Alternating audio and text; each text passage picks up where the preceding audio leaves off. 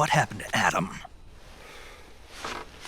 Colonel Volgan is a very suspicious man. He decided Adam wasn't the right person for this mission. And you were? Yes. Why? Because I can do things he can't. Alright guys, today we're looking at Metal Gear Solid Delta Snake Eater.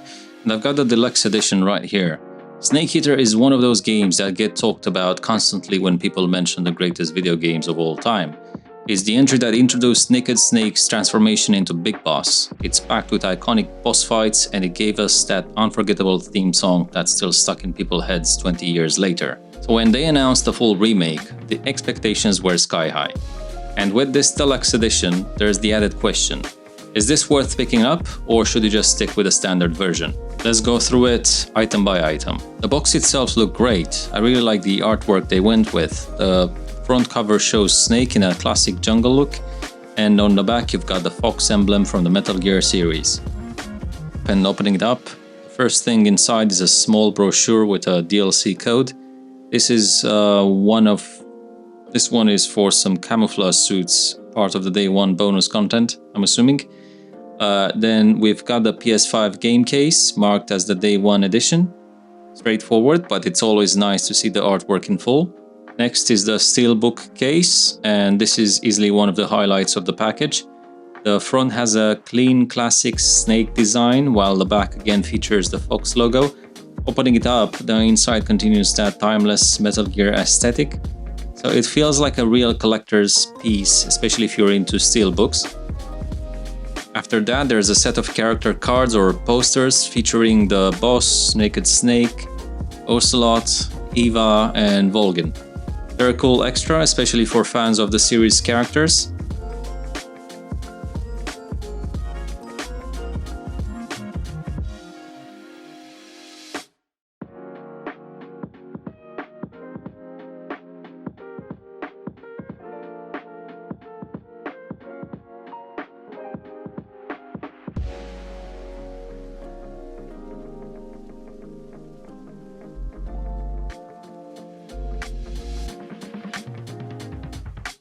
And the last two items in the box are small but iconic. First, a keychain shaped like the legendary red exclamation mark, the same one you see when you're spotted in Metal Gear. And finally, a Fox unit patch, another great nod to the series' history. Moving back to the game itself, I opened the standard PS5 case. Inside there's another code. This one is for Snake's tuxedo outfit. Another day one bonus, and of course the disc itself. The interior artwork inside the plastic case is a nice touch too, but it's obviously not the same as the one in the Steelbook. And for the final step, I usually take out the disc from the regular case and always move it into the Steelbook, where it really belongs. And that's everything included in the Deluxe Edition. This Steelbook is probably the highlight of the Deluxe Edition. The design is simple but striking. There's some sharp details here, and the matte finish that makes it feel premium. It's kind of the case that doesn't just sit in a box, you'll actually want to put it on display. So overall, the Deluxe Edition is straightforward. You have a Steelbook, a keychain, a patch, and digital extras, and those cards or posters that you saw earlier. It doesn't overload you with pointless stuff, so it just gives you items that actually tie into the game's identity. And for a remake like this, that's the right call in my opinion. Now let's get into the actual game, because that's what really matters here. The first thing you notice is how much smoother everything feels compared to the original PS2 version.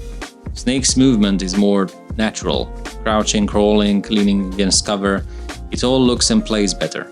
Back in 2004, the controls were fine for the time, but they can feel clunky now. In Delta, everything has been modernized, so you're not fighting the controls, you're focused on the stealth. And stealth is still the core of Snake Eater. You're sneaking through a dense jungle, tall grass, swamps, enemy outposts, and patience is key.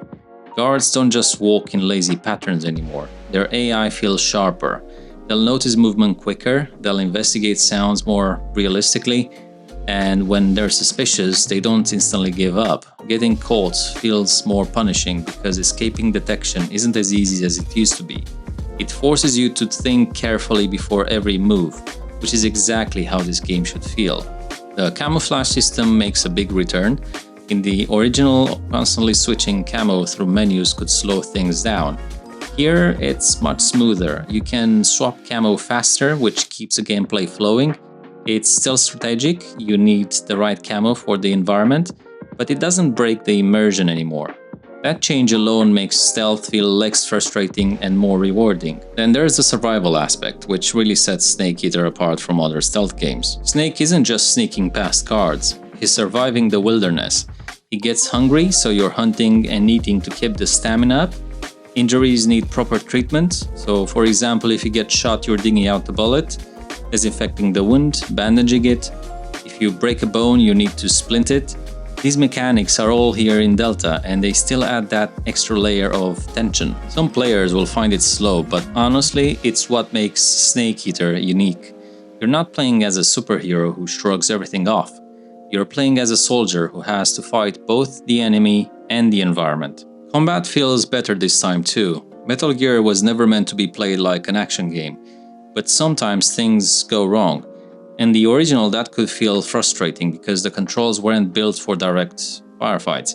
In Delta, CQC is smoother, aiming is sharper, and weapons feel better to use. You still don't want to run in guns blazing, but if it happens, it doesn't feel broken. It feels like you can fight your way out if you have to. And of course, the boss fights. These are what people remember most about Snake Eater, and they've been faithfully recreated. The end sniper duel, where patience is everything, the furious, chaotic flamethrower fight, and of course that final battle with the boss. Still one of the most powerful and emotional encounters in gaming history. In Delta, they feel even more cinematic thanks to the updated visuals and smoother mechanics. But they're still the same at their core. The remake doesn't try to change what worked, it just refines it. First impressions? The game is faithful but smoother, sharper and more modern to play. It hasn't lost the DNA that made Snake Eater a classic, but it fixes the rough edges that could turn people away today. So after spending some time with Metal Gear Solid Delta Snake Eater, here's where I'm at. As a remake, it does exactly what it needs to. The core of the original is intact. The stealth, the survival mechanics, the boss fights, all of it is here, and it all still works. But now it's smoother to play. The controls feel modern, animations are more natural, and small quality of life changes like the streamlined camouflage system make the whole experience less clunky. It doesn't reinvent Snake Eater, and I think that's the right choice. This isn't about changing what was already one of the greatest games of all time. It's about presenting it in a way that works for the players today. If you're coming in fresh, this is the best version to play. If you've already played the original, this feels like a faithful restoration with a layer of polish that makes it worth revisiting. As for the Deluxe Edition, it's a solid package. The Steelbook, the cards, and the keychain are items that actually matter to fans of this game. They're not random filler, they're tied to what makes Snake Eater special. It's not overloaded with extras, but what's included feels right. For me, the highlight is still how faithful the remake feels while smoothing out the gameplay. It captures the spirit of Snake Eater without trying to be something else, and that's what I wanted from it. If you're picking it up, let me know down in the comments. Did you go Deluxe or just Standard Edition? And what's the first boss fight you're planning to revisit? Don't forget to like the video if you enjoyed it, and subscribe for more first impressions and gameplay here on Dash Players. And if you want the full detailed review, head over to Games Oracle, where I'll be breaking this remake down in depth. Thanks for watching, and I'll see you in the next one. I'll call you later. Okay, I'll keep them busy.